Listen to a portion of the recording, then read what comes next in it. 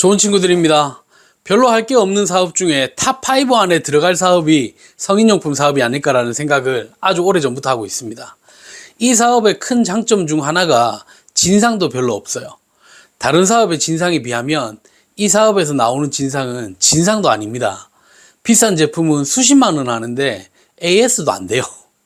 근데 그걸로 뭐라 하는 사람이 별로 없어요. 괜찮은 전자레인지 같은 거 10만 원 좀 넘죠. 고장났는데 AS 안 돼봐요. 난리가 날걸요. 근데 한 2배 정도 더 비싼 성인용품이 고장이 난다? AS 안 되는데요 라고 하면 받아들여 주십니다. 이 사업이 그래서 진짜 쉽다니까. 근데 한 번씩 정신병자들이 나타납니다. 이 새끼들이 셉니다. 진짜 강해요. 이 미친 또라이들 때문에 과장을 좀 섞어서 내가 정신병 걸릴 것 같습니다. 진상들 50명이 이 정신병자 새끼들 한 명보다 나은 것 같아요. 어떤 정신병자들이 있는지 내가 경험해 본 것만 이야기를 해 드릴게요. 이 이야기를 듣고도 참을 수 있는 사람이면 이 사업 하세요. 좋은 이야기만 듣고 이 사업을 준비하셨던 사람이면 이런 이야기도 들어놓으면 나쁠 건 없을 거니까 끝까지 들어주시기 바랍니다. 여자들이 와서 벗을 때도 수도 없이 많았고, 커플이 와서 자기들이랑 놀자고 한 적도 많았고, 변태들이 우르르 몰려있는 모임에 가본 적도 있었고, 야동에 나오는 일들은 거의 모든 걸 다 해본 것 같은데, 뭐 이런 거는 사실 진상이 아니에요. 저같이 여친도 없고 와이프도 없는 나 같은 놈한테는 포상이죠. 가만히 있는데 성적인 호기심도 풀어주지, 돈도 안 주는데 처음 보는 여자들이 가만히 있어도 한번 하자, 뭐 이런 얘기를 하지. 제 얼굴을 봐보세요. 이 장사 안 했으면 이런 일이 일어날 수가 없죠. 이런 건 진상이 아닙니다. 감사한 거죠. 진상을 넘은 정신병자 새끼들이 하는 행동이 뭐라고 생각을 하느냐? 먼저 이거 한번 보시죠. 어제 온 카톡입니다.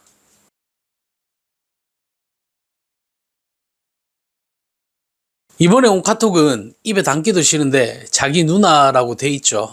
이때까지 이런 문자 많이 받았습니다. 거기에 대상자는 엄마, 이모, 딸, 사촌 누나, 와이프 다양했습니다. 처음 몇 번은 제품을 팔기 위해서 그러려니 했습니다. 나중에는 화가 나더라고요. 이 정신병자 새끼들의 공통점은 제품을 사지도 않아.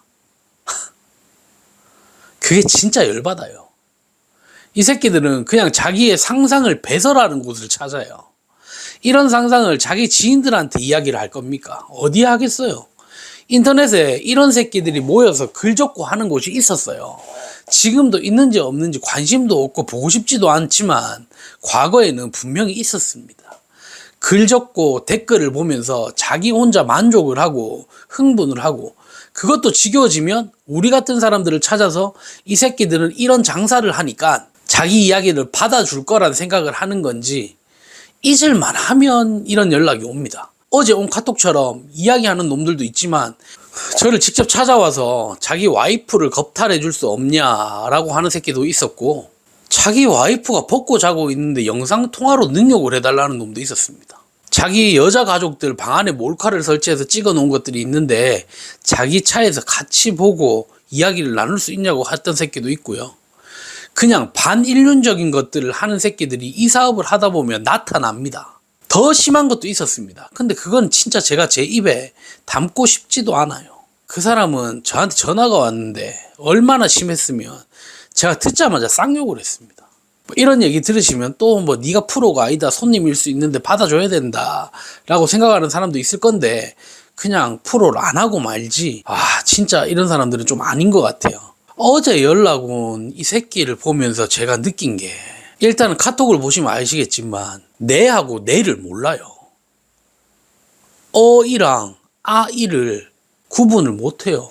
그러니까 이미 정신이 좀 나가 있는데, 진짜 무서운 거는 보통 이런 사람들은 카톡으로 연락이 오지 않습니다. 예전에는 라인이나 뭐 텔레그램이나 이런 걸로 해서 자기의 신분을 숨겨요. 근데 이 새끼는 카톡에 지 사진이 다 있어요. 이런 새끼들은 무섭다니까요. 만약에 여자 사장님한테 이런 문자가 와보세요. 이거 참 무서운 일이라니까요. 어제 제가 이 새끼한테 욕을 안 한 거는 네하고 네를 구분을 못하길래 병신이구나 이런 생각을 한 것도 있고, 너무 병신 같아서 무섭더라고요. 그리고 공통점이 또 뭐냐면 뒤에 꼭 년이라는 말을 붙여요.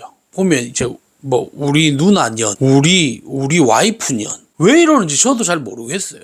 지가 강해 보이고 싶어서 이러는 건지. 다시 한번 이런 사람들한테 이야기를 하지만 저는 변태는 괜찮다고 생각하거든요. 그 남한테 피해를 안 주는 변태.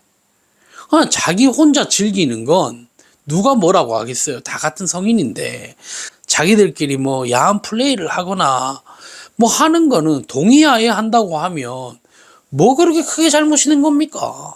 뭐 자기들이 알아서 한다는데. 근데 이런 거는 남한테 피해를 주는 거예요.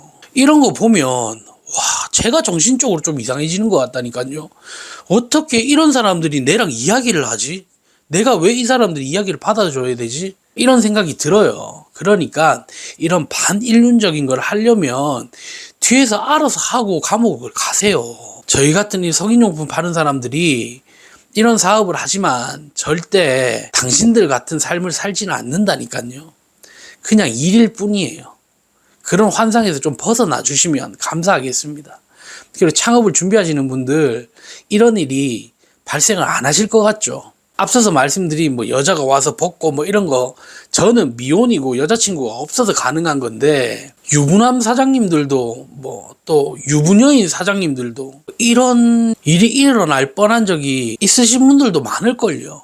순간적인 선택이 잘못된 길로 빠지게 할 수 있다니까요. 제가 진짜 그럴 뻔했어요.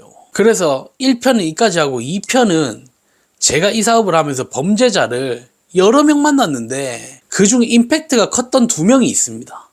그 2명에 관한 이야기를 할 거고 이런 거는 아무리 성인용품 사장이라고 해도 1%도 안 겪어봤을 거예요.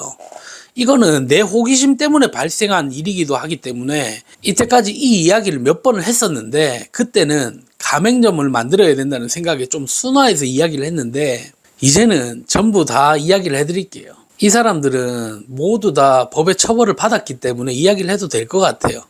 나도 크게 피해를 본 사람이기도 하고 참 순간적인 선택이 참 큰 피해로 이어졌는데 2편은 마약에 관련된 이야기입니다.